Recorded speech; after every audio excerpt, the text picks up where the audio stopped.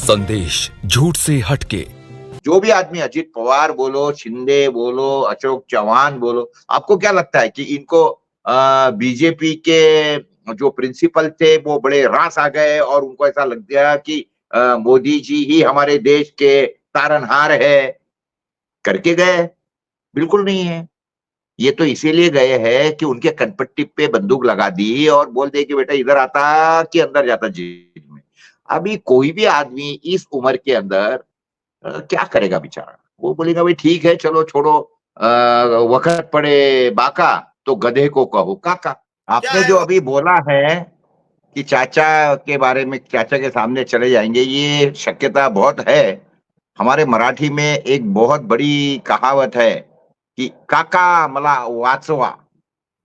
यानी ये इतिहास का पुराना पेशवेकालीन ये मुहावरा है, काका मला वाचवा, यानी चाचा मुझे बचाइए।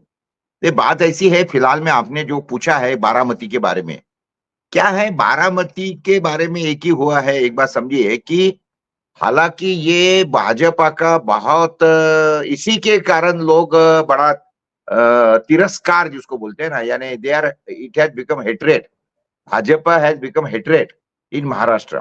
क्योंकि क्या है देखिए, भली-भांति एक अच्छी हमारे यहाँ राजनीति चल रही थी और ये महाराष्ट्र कोई बिहार नहीं है।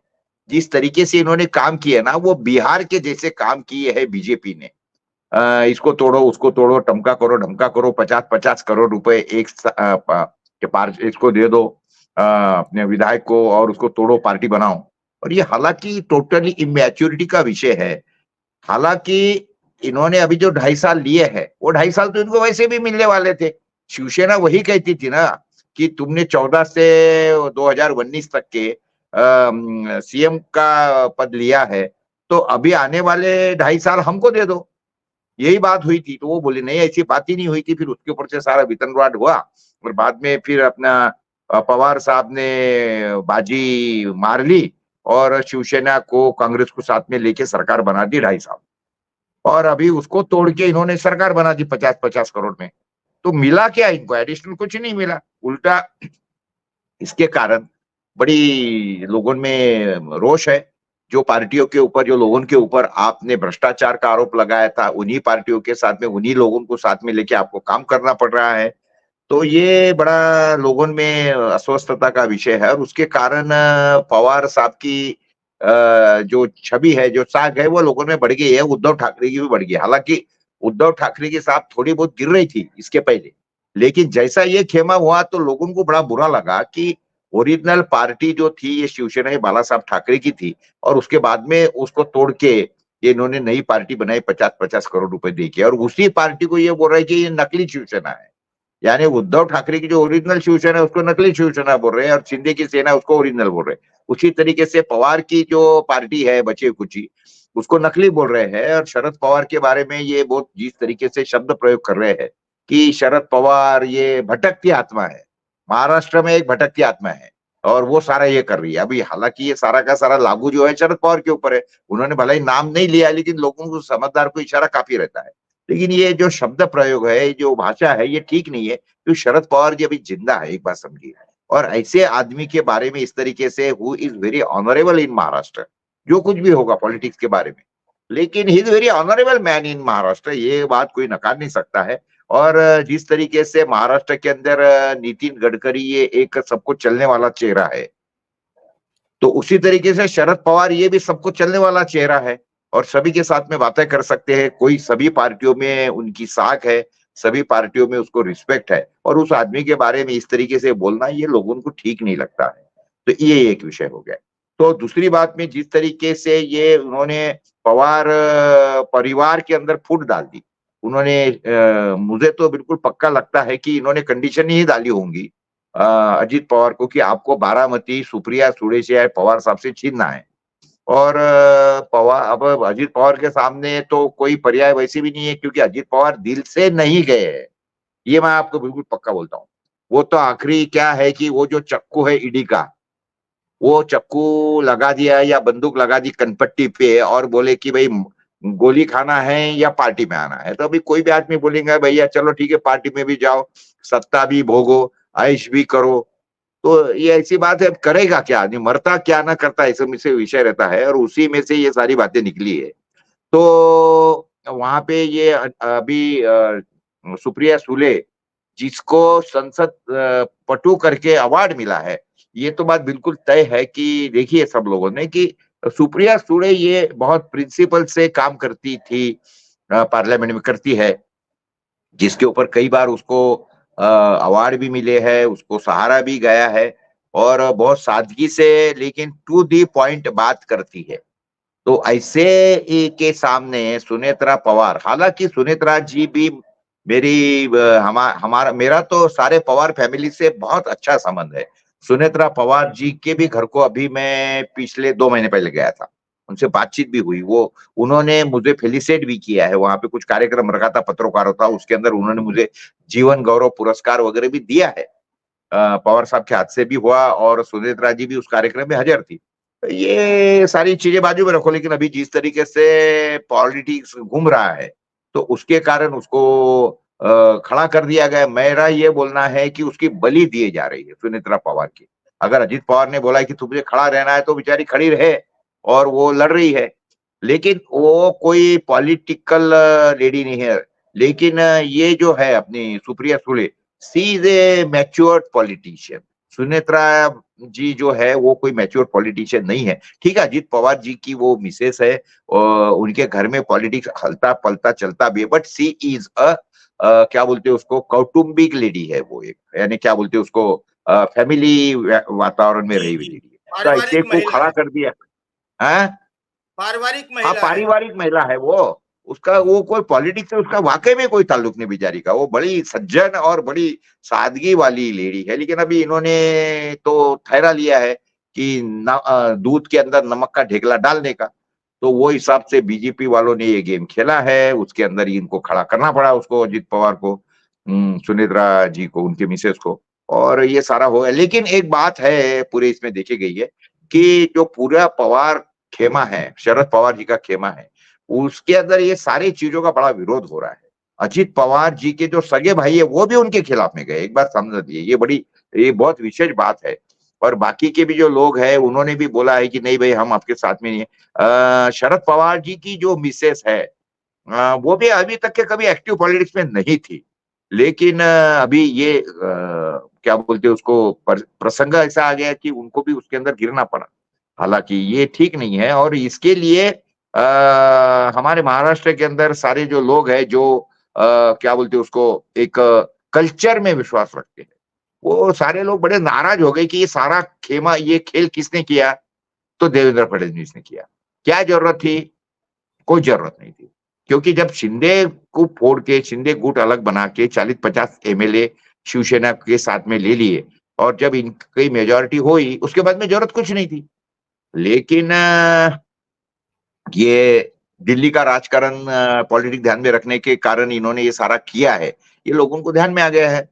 और इसके कारण हुआ क्या है कि एक जो अच्छी राजनीति हमारे देश के अंदर, राज्य स्टेट के अंदर चल रही थी, तो उसको थोड़ा सा लोगों में जो हजम नहीं हो रही है। हमारे यहाँ पे बिहार की तरीके से कल्चर नहीं है हमारे यहाँ। हालांकि अभी तक के लिए बोले जाता था कि वो बिहार का कल्चर है, बिहार का ये, लेकिन उससे भी खतरनाक कल्चर हमारे महाराष्ट्र में कर दिया और लोगों को ये रास नहीं आया है और इसके कारण सारा सत्यानाश हो गया हमारे महाराष्ट्र में और उसी के कारण लोग नाराज है। और अभी ऐसी परिस्थिति है कि सारे लोग सुप्रिया सुळे के यानी शरद पवार के खेमे में गए हैं और मुकाबला जो है ये बड़ा जोरदार होने वाला है। और ये 40-60 का रेशो रहने वाला है। 60% जाएंगे क्या बोलते हैं सुप्रिया सुळे के पलड़े में और बाकी जो जाएंगे इधर। ये बात तो बिल्कुल तय है, सुनेत्रा पवार शायद शायद चुन के नहीं आएंगी, लेकिन मुकाबला बड़ा टक्कर का है, इतना मैं बोलूंगा। जी सर, एक चीज है कि जैसे आपने देखा वरुण गांधी को ये लोग लड़वाना चाहते थे प्रियंका गांधी के सामने और वरुण गांधी से को पीलीभीत से टिकट नहीं दिया गया। बाद में उससे कहा गया कि तुम्हें रायबरेली से लड़ने के लिए तैयार रहना है, लेकिन वरुण गांधी ने बड़े आदर्श भाव से मना कर दिया और कहा कि मैं परिवार के खिलाफ नहीं लड़ूंगा। ये उसने कहा मैं परिवार के खिलाफ नहीं लड़ूंगा। और यहां तक कि वो फिर उसके बाद मेनका उनकी जो माँ है उनके नॉमिनेशन में भी नहीं गए। उन्हें इतना इतना वो हालांकि कह रहे थे कि मैं माँ के कैंपेनिंग करूंगा, लेकिन जब उनको लगा कि ये तो बहुत ही गलत बात है तो उन्होंने पल्ला झाड़ लिया। तो सर यहाँ पर अजीत पवार ऐसा क्यों नहीं कर सके? अभी आपको तो मालूम है कि ये सारा चक्कर जो चल रहा है, अजीत पवार कोई दिल से थोड़ी गए हैं। अजीत पवार गए हैं तो ईडी के चक्कू से गए हैं, ईडी की बंदूक जो लगाई उनके कनपट्टी के ऊपर उसके से गए हैं। जो भी आदमी, अजीत पवार बोलो, शिंदे बोलो, अशोक चौहान बोलो, आपको क्या लगता है कि इनको बीजेपी के जो प्रिंसिपल थे वो बड़े रास आ गए और उनको ऐसा लग गया कि मोदी जी ही हमारे देश के तारनहार है करके गए? बिल्कुल नहीं है। ये तो इसीलिए गए हैं कि उनके कनपट्टी पे बंदूक लगा दी और बोल दे कि बेटा इधर आता कि अंदर जाता जेल में। अभी कोई भी आदमी इस उम्र के अंदर क्या करेगा बेचारा? वो बोलेगा भाई ठीक है चलो छोड़ो, वक्त पड़े बाका तो गधे को कहो काका। ये हमारे में एक मुहावरा है, उसी के तरीके से हो गया है। अभी वो करेंगे क्या? इसलिए वहां जाके काम कर रहे बेचारे, करेंगे क्या? देखिए, राजनीति में रहने के कारण किसी सब आदमियों को कुछ ना कुछ एडजस्टमेंट करनी पड़ती है या कुछ ना कुछ पाप हाथ से हो जाता है। जैसे अशोक चौहान से एकदम, देखो चीफ मिनिस्टर है, क्या जरूरत थी अपने सालियों को 2 फ्लैट देने की? कुछ जरूरत नहीं थी, लेकिन गलती हो गई, आदर्श घोटाला हो गया।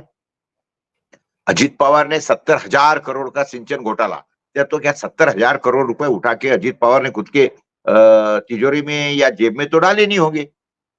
जो कुछ हुआ होगा, जो कुछ हुआ होगा उनके खेमे में कोई उनके नजदीकी लोग होंगे, उनको टेंडर बांटे होंगे, कुछ किए होंगे।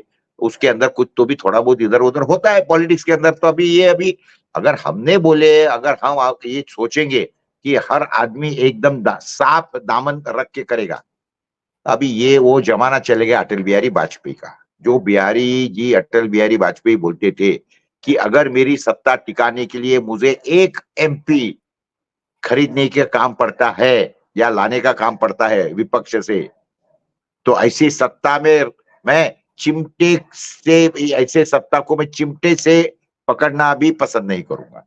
वो अटल बिहारी वाजपेयी की भाजपा थी, ये अभी मोदी की बीजेपी है। हालांकि बीजेपी है ही नहीं, ये मोदी का पक्ष है, पार्टी है, ये मोदी की पार्टी है। ये ठीक है, इनको बोलने के लिए ठीक था कि हम बीजेपी में है वगैरह। कोई बीजेपी पीजेपी का कोई इनसे मिलो दूर से संबंध नहीं है। और ये बात बीजेपी वाले सारे लोगों को ध्यान में आ गई है करके ही बीजेपी के क्या बोलते हैं उसको, कोर पब्लिक करके ही आरएसएस के कोर वर्कर्स इनसे दूरियां बना करके है। क्योंकि देखिए ऐसा है कि जो बीजेपी के कोर वर्कर थे उनको बाजू में रख रहे हैं, आरएसएस के कोर, जिन्होंने बिचारों ने जिंदगी भर एक सपना पाला था अच्छे भारत का, अच्छे इसका, और वो एक पर्टिकुलर आइडियोलॉजी लेके ये पार्टी का काम कर रहे थे कि हमारा देश, हम कुछ करेंगे, टमका करेंगे, ढमका करेंगे, कुछ आदर्श प्रस्तापित करेंगे।